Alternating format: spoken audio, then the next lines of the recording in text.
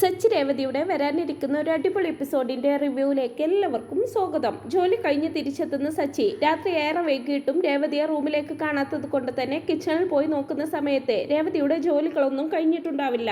രേവതി, നിന്റെ ജോലികളൊന്നും തീർന്നില്ലേ എന്നൊക്കെ ചോദിക്കുമ്പോൾ ഈ പാത്രങ്ങൾ കൂടി കഴുകി വെക്കാനുണ്ടെന്നൊക്കെ രേവതി പറയണതും, ജോലി ചെയ്തോണ്ടിരുന്നാൽ എപ്പോഴും ജോലി തന്നെയായിരിക്കും. ഇവിടെ നീ മാത്രമല്ലല്ലോ, വേറെ 2 പേര് കൂടിയില്ലേ? ഇത്രയും കൂടെ വിളിച്ചൂടെ നിനക്ക്? ഈ വീട്ടിൽ മൊത്തം 8 പേരുണ്ട്. എല്ലാവർക്കും കൂടിയുള്ള ജോലി നീ ഒറ്റയ്ക്ക് എടുക്കണോന്നൊക്കെ ചോദിച്ച് ദേഷ്യപ്പെടുന്നുണ്ട് സച്ചി.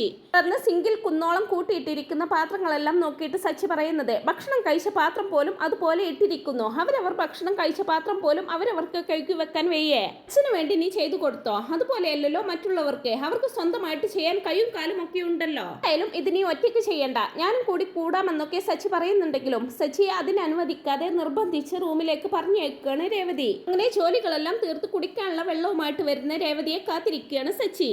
രേവതി നിലത്തിരുന്ന് കൊണ്ട് കാല് കടച്ചിൽ കാരണം എല്ലാം ഇങ്ങനെ മസാജ് ചെയ്യുന്നത് കണ്ട് അത് വേദനയോടെ നോക്കി നിൽക്കുകയാണ് സച്ചി.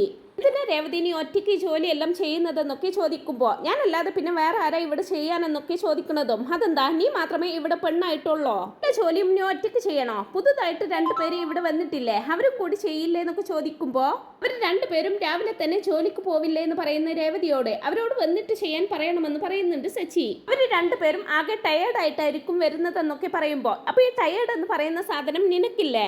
രാവിലെ 5 മണിക്ക് എഴുന്നേറ്റ് ജോലി ചെയ്യാൻ ആരംഭിച്ചാൽ രാത്രി 10-11 മണിവരെ നീ കിച്ചണിൽ തന്നെയാ. ശരിക്കും ഉറങ്ങാറ് പോലുമില്ല. നിന്റെ കണ്ണെല്ലാം ഉള്ളിലേക്ക് പോയിരിക്കുന്നൊക്കെ പറയുമ്പോ അതൊക്കെ സച്ചിയേട്ടന് വെറുതെ തോന്നുന്നതാണെന്ന് പറയുന്നുണ്ട് രേവതി. നോക്ക് രേവതി, നീ ഇങ്ങനെ ജോലി ചെയ്തുകൊണ്ടിരുന്നാൽ ജീവിതകാലം മുഴുവനും ഇവര് നിന്നെ കൊണ്ട് പണിയെടുപ്പിക്കും. നിനക്ക് വേണ്ടി സംസാരിക്കാൻ പോലും ആരും ഉണ്ടാവില്ല. ഇവിടെ മാത്രമല്ല, എല്ലായിടത്തും അങ്ങനെ തന്നെയാ. നമ്മൾ ഏത് ഭാരവും ചുമക്കുമെന്ന് മറ്റുള്ളവർക്ക് മനസ്സിലായാൽ നമ്മുടെ ചുമലിൽ അവർ കൂടുതൽ ഭാരം വെച്ച് തരും. ജീവിക്കാൻ വേണ്ടി ജോലി ചെയ്യണം, അല്ലാതെ ജോലി ചെയ്യാൻ വേണ്ടി മാത്രം ജീവിക്കരുതെന്നൊക്കെ സച്ചി പറഞ്ഞു കൊടുക്കുമ്പോ, ആര് പറഞ്ഞതാണെന്നൊക്കെ ചോദിക്കുന്ന രേവതിയോട്, ഞാൻ തന്നെ പറഞ്ഞതാ, ഇതൊരു നല്ല ഉപദേശമായിട്ട് എടുത്താൽ നിനക്ക് കൊള്ളാം. അച്ഛനോട് പറഞ്ഞു വീട്ടു ജോലിക്ക് ഒരാളെ വെപ്പിക്കണം രേവതി. ഇവിടെ ആദ്യം ഒരു ചേച്ചി ജോലിക്ക് വന്നിരുന്നു.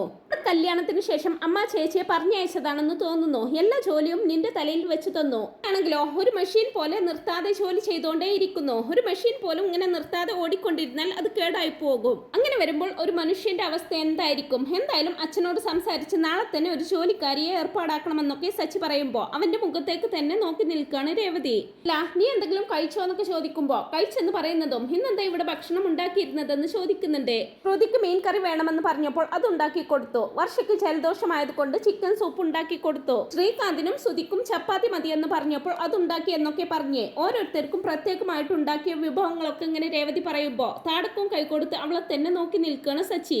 ശരി, എല്ലാവർക്കും വേണ്ടി നീ ഇതെല്ലാം ചെയ്തിട്ട് നിനക്ക് വേണ്ടി നീ എന്താ ചെയ്തതെന്നൊക്കെ ചോദിക്കുമ്പോ, എനിക്ക് വേണ്ടി ഞാൻ ജോലി ചെയ്തില്ലേ എന്ന് രേവതി പറയണതും അവളെ ദേഷ്യത്തോടെയും സങ്കടത്തോടെയും ഇങ്ങനെ നോക്കി നിൽക്കുകയാണ് സച്ചി. സച്ചിയുടെ നോട്ടം നേരിടാനാകാതെ മുഖം താഴ്ത്തിക്കൊണ്ട്, ബാക്കി വന്നത് ഞാനും കഴിച്ചെന്നും കൂടി പറയുമ്പോ വേദനയോടെ അവളെ തന്നെ നോക്കി നിൽക്കുന്നുണ്ട് സച്ചി. സച്ചി വീണ്ടും തന്നെ നോക്കി നിൽക്കുന്നത് കണ്ടേ രാവിലെ എഴുന്നേൽക്കേണ്ടതാ, ഞാൻ കിടക്കട്ടെ എന്ന് പറഞ്ഞുകൊണ്ട് രേവതി വേഗം കിടക്കുകയാണ് ചെയ്യുന്നത്. പിന്നീട് പിറ്റേന്ന് വർഷവും ശ്രീകാന്തും ഒരു കാർ എടുക്കാനായിട്ട് സുധി ജോലി ചെയ്തിരുന്ന ഷോറൂമിലേക്ക് പോകുന്നുണ്ട്. അവരവിടെ ചെന്ന് സുധിയെ അന്വേഷിക്കുന്ന സമയത്ത് ഇങ്ങനെ ഒരാൾ ഇവിടെ ജോലി ചെയ്യുന്നില്ലെന്ന് പറയുന്നുണ്ട് അവിടെ ഉള്ളവര്. ശ്രീകാന്ത് കുറെ അന്വേഷിച്ചിട്ടും സുധി എന്നൊരാൾ അവിടെ വർക്ക് ചെയ്യുന്നില്ല എന്ന് തന്നെയാണ് അവിടെ ഉള്ളവർ പറയുന്നത്. കാര്യങ്ങളൊന്നും മനസ്സിലാകാതെ ശ്രീകാന്ത് സുധിക്ക് ഫോൺ വിളിച്ച് നോക്കുന്നുണ്ട്. അന്നേരം സുധി തന്റെ ജോലി നഷ്ടപ്പെട്ട കാര്യമൊന്നും അവരോട് പറയാതെ താൻ ഇന്ന് ലീവാണെന്നും പറഞ്ഞ് കുറെ എക്സ്ക്യൂസ് ഒക്കെ പറഞ്ഞ് തടി തപ്പുകയാണ് ചെയ്യുന്നത്. ശ്രീകാന്തും വർഷവുമാണെങ്കിൽ സുധി പറഞ്ഞ കാര്യം വിശ്വസിച്ച് പിന്നൊരിക്കൽ വരാമെന്ന് പറഞ്ഞുകൊണ്ട് ഷോറൂമിൽ നിന്നും ഇറങ്ങി പോകുന്നുണ്ട്. പിന്നീട് വർഷവും ശ്രീകാന്തും വീട്ടിലെത്തി സുധിയുടെ ഷോറൂമിൽ പോയ വിവരങ്ങളൊക്കെ അവിടെ വിവരിച്ച് പറയുന്നുണ്ട്. ഇതെല്ലാം കേൾക്കുന്ന ചന്ദ്രമതിയാണെങ്കിലും സുധിയെ പുകഴ്ത്തി സംസാരിക്കുകയാണ്. ശ്രുതി, നിന്റെ ഹസ്ബൻഡിന്റെ ടാലന്റിനനുസരിച്ച് സ്വന്തമായിട്ട് ഒരു ഷോറൂം തന്നെ തുടങ്ങാമെന്നൊക്കെ വർഷ പറയുമ്പോ, ശ്രുതി, ഇവൻ അതിനുള്ള കഴിവൊക്കെ ഉണ്ട്. നിന്റെ അച്ഛൻ ഇവിടേക്ക് വന്ന് ഇവനെ കണ്ടു കഴിഞ്ഞാൽ ഇവന് സ്വന്തമായിട്ട് ഒരു ഷോറൂം തന്നെ ഇട്ടുകൊടുക്കും. ശ്രുതിയെ പറ്റി അച്ഛനോട് പറഞ്ഞിട്ടില്ലേ എന്നൊക്കെ ചോദിക്കുമ്പോ, പറഞ്ഞിട്ടുണ്ട് ആന്റി, ഒരുപാട് പറഞ്ഞിട്ടുണ്ടെന്ന് പറയുന്നുണ്ട് ശ്രുതി. ആ സമയം തന്നെയാണ് കയ്യിൽ ഒരു കവറുമായിട്ട് സച്ചിയും അവിടേക്ക് കയറി വരുന്നത്.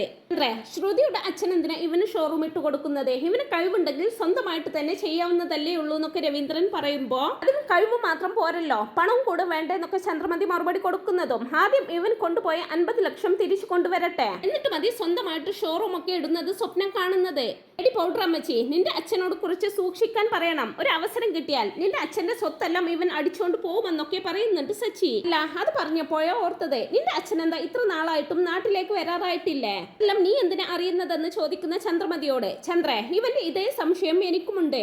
മോളെ ശ്രുതി, കല്യാണം കഴിഞ്ഞ് ഇത്ര നാളായിട്ടും നിന്റെ അച്ഛൻ ഇവിടേക്ക് വന്നിട്ടില്ല എന്നുള്ളത് പോട്ടെ, ഒന്ന് ഫോൺ വിളിച്ചു പോലും കണ്ടിട്ടില്ലല്ലോ എന്നൊക്കെ രവീന്ദ്രൻ ചോദിക്കുമ്പോ ഒന്നും മിണ്ടാനാകാതെ കുറച്ചു നേരം നിൽക്കുകയാണ് ശ്രുതി. ഒടുവിൽ അച്ഛൻ കുറച്ച് ബിസിയാണെന്നും ബിസിനസ് ആവശ്യങ്ങൾക്ക് വേണ്ടി ടൂർ പോയിരിക്കുകയാണെന്നും പറഞ്ഞ് ഒരു കള്ളം തട്ടിവിടുന്നുണ്ട്. ശേഷം ശ്രുതി ഇങ്ങനെ മണം പിടിച്ചുകൊണ്ട്, എവിടുന്ന അമ്മ നല്ലൊരു മസാലയുടെ മണം വരുന്നതെന്നൊക്കെ ചോദിക്കുമ്പോ, ആൾ കൊള്ളാലോടോ ശ്രുതി, നീ വല്ല പോലീസിലും പോയി ജോയിൻ ചെയ്യുന്നതാണ് നല്ലത്. കറക്റ്റ് ആയിട്ടല്ലേ നീ കണ്ടുപിടിച്ചത് മസാലയുടെ മണം ദാ ഇവിടുന്നാണെന്നും പറഞ്ഞുകൊണ്ട് തന്റെ കയ്യിലെ കവർ ഉയർത്തി കാണിച്ചുകൊണ്ട് തന്തൂരി ചിക്കൻ ആണെന്നും പറഞ്ഞ് കാണിച്ചു കൊടുക്കുന്നുണ്ട് സച്ചി. ശ്രുതി കൊതിയോടെ വാ പൊളിച്ചുകൊണ്ട് തന്തൂരി ചിക്കനോ എന്ന് ചോദിക്കുന്നതും, അതെ, ഞാൻ എന്റെ ഭാര്യയ്ക്ക് വേണ്ടി വാങ്ങിച്ചു കൊണ്ടുവന്നതാണെന്ന് പറഞ്ഞുകൊണ്ട് സച്ചി ആ കവർ രേവതിയുടെ കയ്യിലേക്ക് കൊടുക്കുമ്പോ വാ പൊളിച്ചുകൊണ്ട് നോക്കി നിൽക്കുകയാണ് ചന്ദ്രമതിയും ശ്രുതിയും. എന്തിനാ ഇപ്പൊ ഇതെല്ലാം എന്നൊക്കെ രേവതി ചോദിക്കുമ്പോ, എന്തിനാണെന്നോ, നിനക്ക് ഇഷ്ടമല്ലേ, അതുകൊണ്ടാ വാങ്ങിച്ചുകൊണ്ട് വന്നതെന്നൊക്കെ സച്ചി പറയുമ്പോ, എന്തൊക്കെയാ ഇവിടെ നടക്കുന്നത്, പുറത്ത് നിന്ന് വാങ്ങിച്ചുകൊണ്ട് വരുന്നു, അതും ഒരാൾക്ക് മാത്രമെന്നൊക്കെ ചന്ദ്രമതി ചോദിക്കുമ്പോ രവീന്ദ്രൻ എന്തോ മറുപടി കൊടുക്കാൻ തുടങ്ങുന്നതും അച്ഛനെ തടഞ്ഞുകൊണ്ട്, ഇവിടെ ബാക്കിയുള്ളവർക്ക് വേണ്ടതെല്ലാം അതാത് സമയത്ത് നടത്തി കൊടുക്കുന്നുണ്ടല്ലോ, ഇന്നലെ ഓരോരുത്തർക്കായിട്ട് വേണ്ടത് എന്താണെന്ന് പറഞ്ഞ് അതുപോലെ ഉണ്ടാക്കി കൊടുത്തില്ലേ അവളെ, പക്ഷെ അവൾക്ക് എന്താ വേണ്ടതെന്ന് ആരെങ്കിലും ചോദിച്ചോ? എന്റെ ഭാര്യയുടെ ഇഷ്ടങ്ങൾ ഞാനല്ലേ നോക്കേണ്ടത് അച്ഛാ, അതുകൊണ്ടാണ് ഞാൻ അവൾക്ക് ഇഷ്ടപ്പെട്ട തന്തൂരി ചിക്കൻ വാങ്ങിച്ചുകൊണ്ട് വന്നതെന്നൊക്കെ പറയുന്നുണ്ട് സച്ചി. എനിക്കിത് വേണമെന്ന് സച്ചി ഏട്ടനോട് പറഞ്ഞില്ലല്ലോ എന്നൊക്കെ രേവതി ചോദിക്കുമ്പോ, അച്ഛാ, ഭാര്യയ്ക്ക് ഇഷ്ടപ്പെട്ടത് പറയാതെ വാങ്ങി കൊടുക്കുകയല്ലേ ഒരു ഭർത്താവ് ചെയ്യേണ്ടതെന്നൊക്കെ സച്ചി ചോദിക്കുമ്പോ കറക്റ്റ് എന്ന് രവീന്ദ്രൻ പറയുന്നതും, കേട്ടല്ലോ അച്ഛൻ പറഞ്ഞത്, ആണ് അതിന്റെ ശരി. ഇനി നീ ഇങ്ങ് വാ, നമുക്ക് റൂമിൽ പോയിരുന്ന് കഴിക്കാം, ഇവിടെ ഇരുന്ന് കഴിച്ചാൽ ശരിയാവില്ല. അമ്മയുടെ ഈ പൊന്നുമോൻ കവറിലേക്ക് തന്നെ നോട്ടമിട്ടുകൊണ്ട് നിൽക്കുക, കൊതി കൂടി നമ്മുടെ വയറ് കേടാകും, നീ ഇങ്ങ് വാന്ന് പറഞ്ഞുകൊണ്ട് രേവതിയും കൂട്ടി റൂമിലേക്ക് പോകുന്നുണ്ട് സച്ചി. സച്ചിയുടെ ആ പ്രവൃത്തി ഇഷ്ടപ്പെടാതെ ബാക്കിയുള്ളവരൊക്കെ അവിടെ നിന്ന് എണീറ്റ് പോകുമ്പോ ചന്ദ്രമതി രവീന്ദ്രനോടായിട്ട്, കണ്ടില്ലേ അവൻ ചെയ്തു വെച്ചിരിക്കുന്നത് എന്താണെന്ന് എന്നല്ലങ്ങനെ ചോദിക്കുന്ന ചന്ദ്രമതിയോട്, അവൻ അവന്റെ ഭാര്യയെ സ്നേഹിക്കുന്നതിന് നിനക്കെന്താ പ്രശ്നം? അതേക്കൊണ്ട് നീ ഇവിടുത്തെ വീട്ടു ജോലികളെല്ലാം ചെയ്യിക്കുന്നതിൽ അവന് നല്ല വിഷമമുണ്ട്, അതാണ് അവൻ പറയാതെ പറഞ്ഞിട്ട് പോയത്. അവൻ എത്ര തന്നെ ദേഷ്യം കാണിച്ചാലും രേവതിയുടെ മേൽ അവൻ കാണിക്കുന്ന സ്നേഹം കാണുമ്പോൾ എനിക്കും ഒരുപാട് സന്തോഷമുണ്ടെന്നൊക്കെ പറയുന്നുണ്ട് രവീന്ദ്രൻ. രേവതിയും കൊണ്ട് റൂമിൽ എത്തിയതിനു ശേഷം ആ കവറിൽ മണത്തുകൊണ്ട്, ആഹാ നല്ല മണം, ഇന്ന കഴിക്കെന്ന് പറഞ്ഞുകൊണ്ട് രേവതിയുടെ കയ്യിലേക്ക് കൊടുക്കുന്നുണ്ട്. ഇപ്പൊ ഇതെല്ലാം ഞാൻ പറഞ്ഞിട്ടില്ലായിരുന്നല്ലോ എന്ന് രേവതി വീണ്ടും പറയുമ്പോ, അതെന്താ നീ പറയുന്നതെല്ലാം ഞാൻ വാങ്ങിച്ചുകൊണ്ട് തരണമെന്നുണ്ടോ? ഇടക്കിടക്ക് എനിക്ക് നല്ല മീൻ കറിയൊക്കെ ഉണ്ടാക്കി തരുന്നുണ്ടല്ലോ, അതെല്ലാം ഞാൻ പറഞ്ഞിട്ടാണോ നീ ചെയ്യുന്നത്? അതുപോലെ തന്നെയാണ് ഇതുമെന്നൊക്കെ പറയുമ്പോ, പക്ഷെ ഇതിവിടെ റൂമിലിരുന്ന് കഴിക്കണോ, കിച്ചണിൽ പോയിരുന്ന് കഴിച്ചാൽ പോരെ എന്ന് ചോദിക്കുന്നുണ്ട് രേവതി. അത് പറ്റില്ല, പുറത്ത് വെച്ച് ഞാൻ പറഞ്ഞത് നീ കേട്ടോ, എല്ലാവരെയും നോക്കാൻ എന്റെ ഭാര്യ ഇവിടെയുണ്ട്, പക്ഷേ എന്റെ ഭാര്യയെ നോക്കാൻ ആരുമില്ലെന്നല്ലേ ഞാൻ അവിടെ വെച്ച് പറഞ്ഞത്? ഇത് നിനക്ക് വേണ്ടി മാത്രം ഞാൻ വാങ്ങിച്ചുകൊണ്ട് വന്നതാ, ഇത് നീ കൊണ്ടുപോയി പുറത്ത് വെച്ചാൽ ഇതും പങ്കിടാൻ ആളുണ്ടാവും. പാത്രം കഴുകുമ്പോൾ, വീട് ക്ലീൻ ആക്കുമ്പോൾ പങ്കിടാനൊന്നും ആരുമില്ലെങ്കിലും ഇങ്ങനെ എന്തെങ്കിലും കിട്ടിയാൽ അതൊക്കെ പങ്കിടാൻ ആളുണ്ടാവും. നീ ആണെങ്കിൽ പാവമെന്ന് കരുതി മൊത്തമായിട്ട് പങ്കിട്ട് കൊടുക്കുകയും ചെയ്യും. ഒന്ന് മനസ്സിലാക്കിക്കോ രേവതി, ഒരാൾക്ക് സന്തോഷമാണെങ്കിൽ അവരുടെ ചുറ്റിലും കുറെ ആളുണ്ടാവും. എന്തെങ്കിലും സങ്കടമോ വിഷമമോ ഉണ്ടെങ്കിൽ ആരും കൂടെ ഉണ്ടാവില്ല, അതാണ് അതിന്റെ രീതി, അതുകൊണ്ട് മര്യാദക്ക് ഇത് ഇവിടെ ഇരുന്ന് കഴിക്ക് എന്നും പറഞ്ഞ് രേവതിയുടെ കയ്യിലേക്ക് ആ കവർ കൊടുത്തുകൊണ്ട് ഒരു പ്ലേറ്റ് എടുത്തുകൊണ്ട് വരുന്നുണ്ട് സച്ചി. കൊണ്ടുവന്ന പ്ലേറ്റിലേക്ക് സച്ചി ആ ചിക്കൻ എടുത്തു വെക്കുമ്പോ, സച്ചി ഏട്ടന് ചിക്കൻ കഴിക്കാൻ ഇത്ര ആഗ്രഹമാണെങ്കിൽ ഞാൻ ഉണ്ടാക്കി തരുമായിരുന്നല്ലോ എന്നൊക്കെ രേവതി പറയുന്നതും, എന്തിനെ ഇവിടെ ബാക്കിയുള്ളവർക്കൊന്നും ഉണ്ടാക്കുന്നത് പോരാഞ്ഞിട്ടാണോ? ഇത് ഞാൻ എനിക്ക് വേണ്ടി വാങ്ങിയതല്ല, നിനക്ക് വേണ്ടി വാങ്ങിയതാണ്, ഇന്ന കഴിക്കെന്നും പറഞ്ഞുകൊണ്ട് രേവതിയുടെ കയ്യിലേക്ക് അത് എടുത്തു കൊടുക്കുന്നുണ്ട് സച്ചി. ഏറ്റവും കയ്യിൽ പിടിച്ച് തന്നെ നോക്കി നിൽക്കുന്ന രേവതിയെ നിർബന്ധിച്ച് അത് കഴിപ്പിക്കുന്നുണ്ട് സച്ചി. രേവതി വീണ്ടും അവനെ തന്നെ ഇങ്ങനെ നോക്കി നിൽക്കുമ്പോ, ഇതെന്താ എന്നെ കടിച്ചു കീറാൻ പോകുന്നത് പോലെ നോക്കുന്നതെന്നൊക്കെ ചോദിക്കുന്നതും, ഇതൊക്കെ എന്തിനാണെന്ന് ചോദിക്കുമ്പോ, എന്തിനാണെന്ന് വെച്ചാൽ കഴിക്കാൻ, അല്ലാതെ എന്തിനാണെന്ന് തിരിച്ചു പറയുന്നുണ്ട് സച്ചി. ഇതല്ല, പുറത്ത് വെച്ച് ഒരുപാട് തവണ എന്റെ ഭാര്യ എന്നൊക്കെ പറഞ്ഞല്ലോ, അത് എന്തിനാണെന്ന് രേവതി ചോദിക്കുമ്പോ, അത് കൊള്ളാം, ഭാര്യയെ ഭാര്യ എന്നല്ലാതെ പിന്നെന്താ വിളിക്കുക, തുണിക്കടയിലെ ബൊമ്മ എന്ന് വിളിക്കാൻ പറ്റുമോ? എന്താ രേവതി നിനക്ക്, നീ എന്റെ ഭാര്യ തന്നെയല്ലേ എന്നൊക്കെ ചോദിക്കുമ്പോ, അല്ലെന്ന് ഞാൻ പറഞ്ഞില്ലല്ലോ സച്ചിയേട്ടാ, പക്ഷെ എല്ലാവരുടെയും മുമ്പിൽ വെച്ച് ഒരുപാട് തവണ അങ്ങനെ പറഞ്ഞാൽ അവരെല്ലാവരും എന്താ വിചാരിക്കുക എന്നൊക്കെ രേവതി പറയുമ്പോ, എന്ത് വിചാരിക്കാൻ, അവർക്കറിയില്ലേ നീ എന്റെ ഭാര്യയാണെന്ന് തിരിച്ചു പറയുന്നുണ്ട് സച്ചി. സച്ചി ഏട്ടനോട് പറഞ്ഞിട്ട് കാര്യമില്ലെന്ന് മനസ്സിലാകുന്ന രേവതി ഒരുപാട് സന്തോഷത്തോടെ അവൻ കൊണ്ടുവന്ന ചിക്കൻ എടുത്ത് കഴിക്കുകയാണ് ചെയ്യുന്നത്. രേവതി അതിൽ നിന്നും ഒരു പീസ് എടുത്ത് സച്ചിക്ക് കൊടുക്കുന്ന സമയത്ത്, എനിക്ക് വേണ്ട രേവതി, ഇത് മുഴുവൻ നീ തന്നെ കഴിക്കണം, ഇത് ഞാൻ നിനക്ക് വേണ്ടി മാത്രം വാങ്ങിയതാണെന്ന് പറഞ്ഞുകൊണ്ട് അത് മുഴുവൻ അവളെ കൊണ്ട് തീറ്റിക്കുന്നുണ്ട് സച്ചി.